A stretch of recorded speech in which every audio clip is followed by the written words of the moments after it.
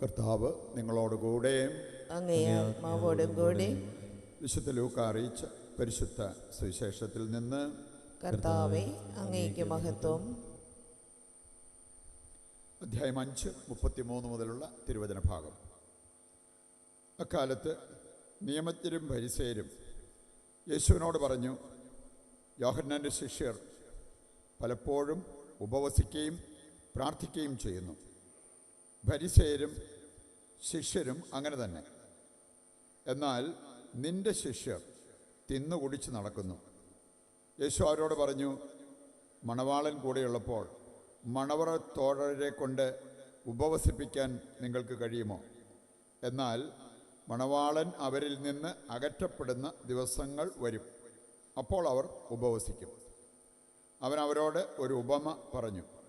ആരും പുതിയ വസ്ത്രത്തിൽ നിന്ന് കഷണം കീറിയെടുത്ത് പഴയ വസ്ത്രത്തോട് ചേർക്കാറില്ല. അങ്ങനെ ചെയ്താൽ പുതിയ വസ്ത്രം കീറുന്നു എന്ന് മാത്രമല്ല, പുതിയ കഷണം പഴയതിനോട് ചേരാതെ വരികയും ചെയ്യും. ആരും പുതിയ വീഞ്ഞ് പഴയ തോൽക്കുടങ്ങളിൽ ഒഴിച്ചു വയ്ക്കാറില്ല. അങ്ങനെ ചെയ്താൽ പുതിയ വീഞ്ഞ് പഴയ തോൽക്കുടങ്ങൾ ഭേദിച്ച് ഒഴുകിപ്പോവുകയും തോൽക്കുടങ്ങൾ നശിക്കുകയും ചെയ്യും. പുതിയ വീഞ്ഞ് പുതിയ തോൽക്കുടങ്ങളിലാണ് ഒഴിച്ചു വയ്ക്കേണ്ടത്. പഴയ വീഞ്ഞ് കുടിച്ച ഒരുവനും പുതിയത് ഇഷ്ടപ്പെടുകയില്ല. പഴയതാണ് മെച്ചം എന്നല്ലേ പറയുന്നത്. കർത്താവിൻ്റെ സുവിശേഷം. ക്രിസ്തുവേ, അങ്ങേക്ക് സ്തുതി.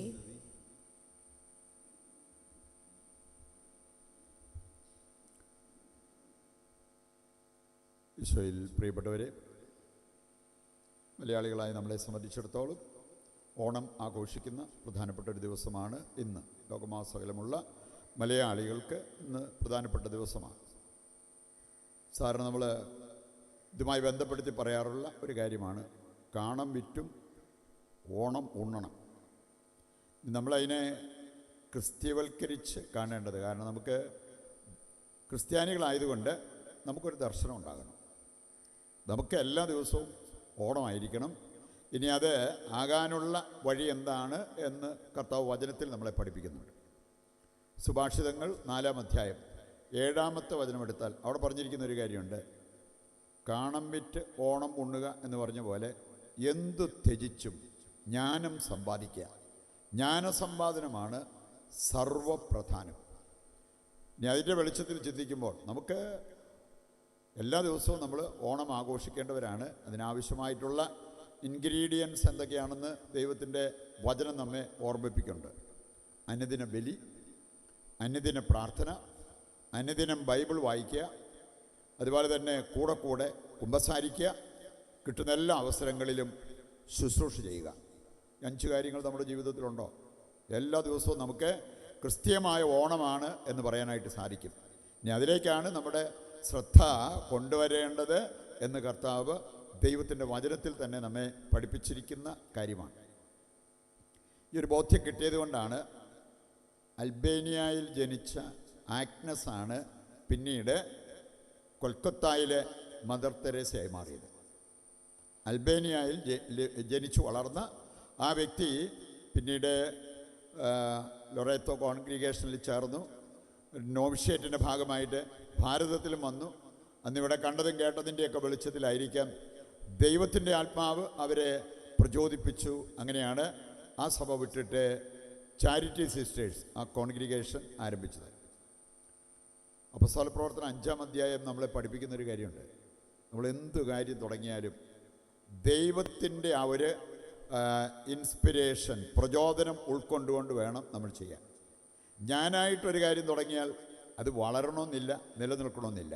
ദൈവമായിട്ട് എന്നിലൂടെ തുടങ്ങിയത് അതാര് നോക്കിയെന്ന് പറഞ്ഞാലും അതിനെ തളർത്താൻ പറ്റില്ല. ഇന്നും പല കോൺഗ്രിഗേഷനിൽ ഒക്കേഷൻ ഇല്ലാതെ വിഷമിക്കുമ്പോൾ ചാരിറ്റി സിസ്റ്റേഴ്സിന് ഒരു കുഴപ്പമില്ല. അവർക്ക് ആവശ്യത്തിന് ആളുകൾ സഭയിൽ ചേരുന്നു, അവിടെ ശുശ്രൂഷ ചെയ്യുന്നു. അത്ര എളുപ്പമുള്ള കാര്യമാണോ മദർ തെരേസയുടെ കോൺഗ്രിഗേഷനിൽ ചേർന്ന് ജീവിക്കാനും ശുശ്രൂഷ ചെയ്യാനും? ഒരുപാട് ത്യാഗം. കാരണം അവർ 4ാമതൊരു വ്രതം കൂടി എടുത്തിട്ടുണ്ട്. ഞങ്ങളൊക്കെ 3 വ്രതമേ ഉള്ളൂ. 4ാമതൊരു വ്രതം പ്രതിഫലേച്ഛയില്ലാതെ പാവപ്പെട്ടവരിൽ പാവപ്പെട്ടവർക്ക് വേണ്ടി സേവനമനുഷ്ഠിക്കുക. 4-മതൊരു വ്രതം അവരെടുത്തിരിക്കുകയാണ്. ഇനി അതുകൊണ്ട് തന്നെ അവരുടെ ജീവിതത്തിലേക്ക് നോക്കിയാൽ, ലൈഫ് സ്റ്റൈൽ നോക്കിയാൽ നമുക്ക് കാണാൻ സാധിക്കും ഒത്തിരിയേറെ ത്യാഗമെടുത്തുള്ളൊരു ജീവിതം, ഒത്തിരി പ്രാർത്ഥിച്ചുള്ള ഒരു ജീവിതം. ഇനി അങ്ങനെ ജീവിക്കുന്നവർക്ക് സന്തോഷമുണ്ട്. നല്ല സുഖമായിട്ട് അടിച്ചുപൊളിച്ച് ജീവിക്കുന്നവരുടെ സന്തോഷം എത്ര പെട്ടെന്നാണ് നഷ്ടപ്പെടുക. സ്ത്രീകൾക്ക് മാത്രമല്ല, പുരുഷന്മാർക്കും ഈ ഒരു ശുശ്രൂഷയ്ക്ക് സ്ത്രീകൾക്ക് കടന്നു ചെല്ലാൻ പറ്റാത്തടത്ത് കടന്നു ചെല്ലാൻ വേണ്ടിയാണ് പുരുഷന്മാർക്കും ഉണ്ട് ചാൻസ്.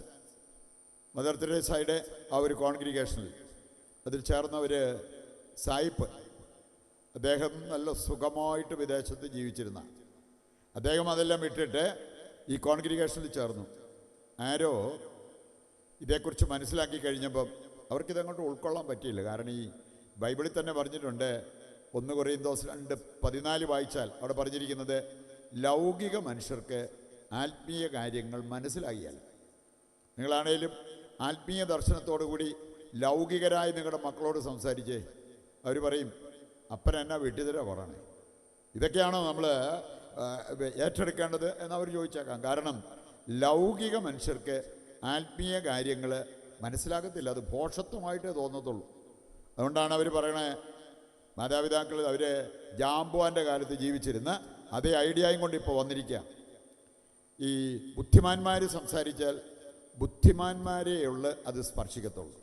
ആത്മീയർ സംസാരിക്കുമ്പോൾ ആത്മീയത ആഗ്രഹിക്കുന്ന ആത്മീയ ലെവലിലേക്ക് ഉയർന്നവരെ അത് പെട്ടെന്ന് സ്പർശിക്കും എന്നുള്ള ആ ഒരു യാഥാർത്ഥ്യം നമ്മൾ മറക്കരുത്. ഈ സായിപ്പ് ഒരു മനുഷ്യൻ വന്നിട്ട് ഇങ്ങനെ ചോദിച്ചു, ഇതിൻ്റെ വല്ല ആവശ്യം ഉണ്ടായിരുന്നു? എന്ത് സുഖമായിട്ട് സ്വന്തമായിട്ട് വീട്, സ്വന്തമായിട്ട് കാറ്, സ്വന്തമായിട്ട് ഫ്രിഡ്ജ്, എല്ലാ സൗകര്യം ഉണ്ടായിരുന്നു, ക്രിസ്റ്റൽ പാത്രത്തിൽ ഭക്ഷണം കഴിക്കായിരുന്നു, നല്ല വിലപിടിപ്പുള്ള ഡ്രസ്സ് അണിഞ്ഞ് നടക്കാമായിരുന്നു. ഇതെല്ലാം ഉണ്ടായിട്ട് എന്തിനാ ഇതെല്ലാം ഇട്ടെറിഞ്ഞ് വന്നേ? നീ കാണിച്ചത് ശുദ്ധ മണ്ടത്തരല്ലേ?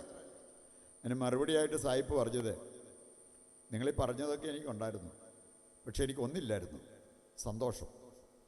I was not happy. ഇപ്പം നിങ്ങളീ പറഞ്ഞൊന്നും എനിക്കില്ല. ഞാൻ ഈ സഭയുടെ ഒരു അംഗമാണ്, പക്ഷെ ഒന്നെനിക്കുണ്ട്, ഐ എം വെരി ഹാപ്പി. എനിക്ക് ഭയങ്കര സന്തോഷമാണ്. എന്നൊക്കെ ആ മനുഷ്യൻ സന്തോഷം കണ്ടെത്തിയത് സുഖജീവിതത്തിലാണോ? ഒരിക്കലുമല്ല. ജീവിത സൗകര്യങ്ങൾ ഈ സന്തോഷവും സമാധാനവും നമുക്ക് തരും എന്ന് നാം ചിന്തിക്കുന്നത് ശുദ്ധമാണ്ടത്തരാണ്. അത് വിട്ടിട്ട് ദൈവത്തെ അറിഞ്ഞ് ജീവിക്കാൻ നമുക്ക് സാധിക്കണം. ഇനി നമ്മൾ കാണുകയാണ് ഇന്നത്തെ ആദ്യ വായനയിൽ കൃത്യമായിട്ട് പറഞ്ഞിരിക്കുന്നൊരു കാര്യം, ആരാണ് യേശു ക്രിസ്തു? ഈ യേശുവിനെ അറിഞ്ഞ് ജീവിക്കുന്നതാണ് ക്രിസ്ത്യാനിയെ സംബന്ധിച്ചിടത്തോളം ഓണം. യേശുവിനെ അറിയാത്തവർ നമുക്ക് സുഖമായിട്ട് ഭക്ഷിക്കാനും സുഖമായിട്ട് കിടക്കാനുള്ള പാർപ്പിടമുണ്ടാക്കാനൊക്കെ പറ്റിയെങ്കിലും നമ്മൾ ശരിക്കും ക്രിസ്ത്യാനിയാകുന്നില്ല. യേശു ആരാണെന്ന് കൃത്യമായിട്ട് പറഞ്ഞിട്ടുണ്ട്. അവനിലൂടെ സകലതും സൃഷ്ടിക്കപ്പെട്ടു, അവന് വേണ്ടി സൃഷ്ടിക്കപ്പെട്ടു. അവൻ സഭയുടെ ശിരസാണ്. നമ്മളൊക്കെ ആരാ? സഭയുടെ ഭാഗം. നമ്മുടെ ശിരസാകേണ്ടത് യേശു ക്രിസ്തു. ഈ ശിരസ് പറയുന്ന അനുസരിച്ചാണ് ബാക്കി ബോഡി പ്രവർത്തിക്കുക.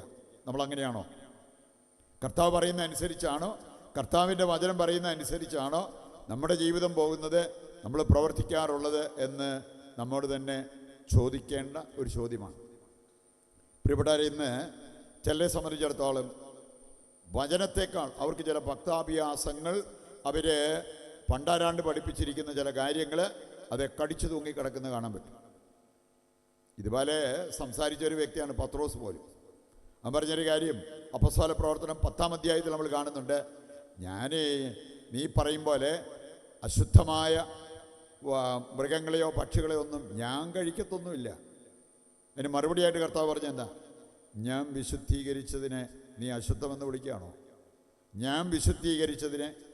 കർത്താവ് പഠിപ്പിച്ചൊരു കാര്യമുണ്ട്, ഉള്ളിലേക്ക് പോകുന്നതല്ല പ്രധാനപ്പെട്ടത്, ഉള്ളിൽ നിന്നും പുറത്തോട്ട് വരുന്നത്.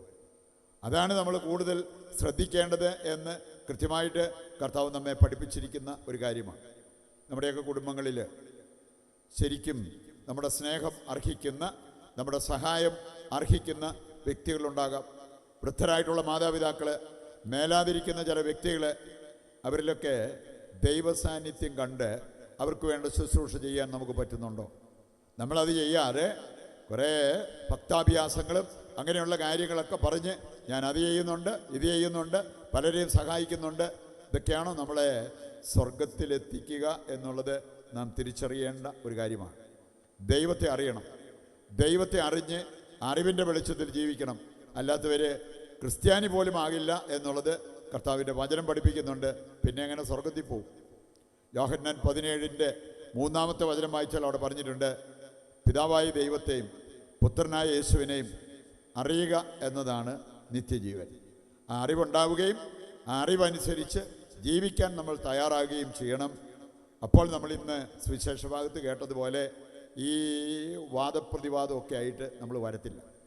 ഇനി അവർ ഒരു കമൻറ്റ് പറഞ്ഞ് നമ്മൾ കേട്ടതാണ്, യോഹന്നാൻ്റെ ശിഷ്യന്മാർ ഉപവസിച്ചു, ഫരിസേയരും അവരുടെ കൂടെയുള്ളവരുമൊക്കെ ഉപവാസം നോക്കുന്നു.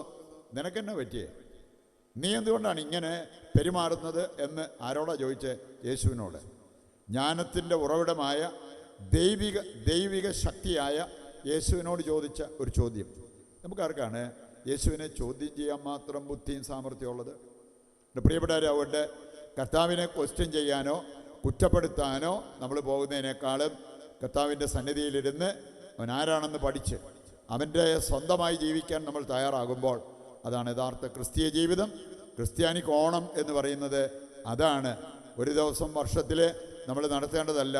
എല്ലാ ദിവസവും നമുക്ക് ഈ ഒരു വിഭവസമൃദ്ധമായ ആ സദ്യയിൽ പങ്കുചേർന്ന് ആത്മീയ പരിപോഷണം പ്രാപിച്ച് ജീവിക്കുന്നവരായിട്ട് മാറാൻ നമുക്ക് സാധിക്കണം. അതിനുവേണ്ട കൃപയ്ക്കും അനുഗ്രഹത്തിനുമായിട്ട് ഇന്നത്തെ ബലിയിൽ ദൈവത്തോട് നമുക്ക് പ്രത്യേകം പ്രാർത്ഥിക്കുകയും ചെയ്യാം.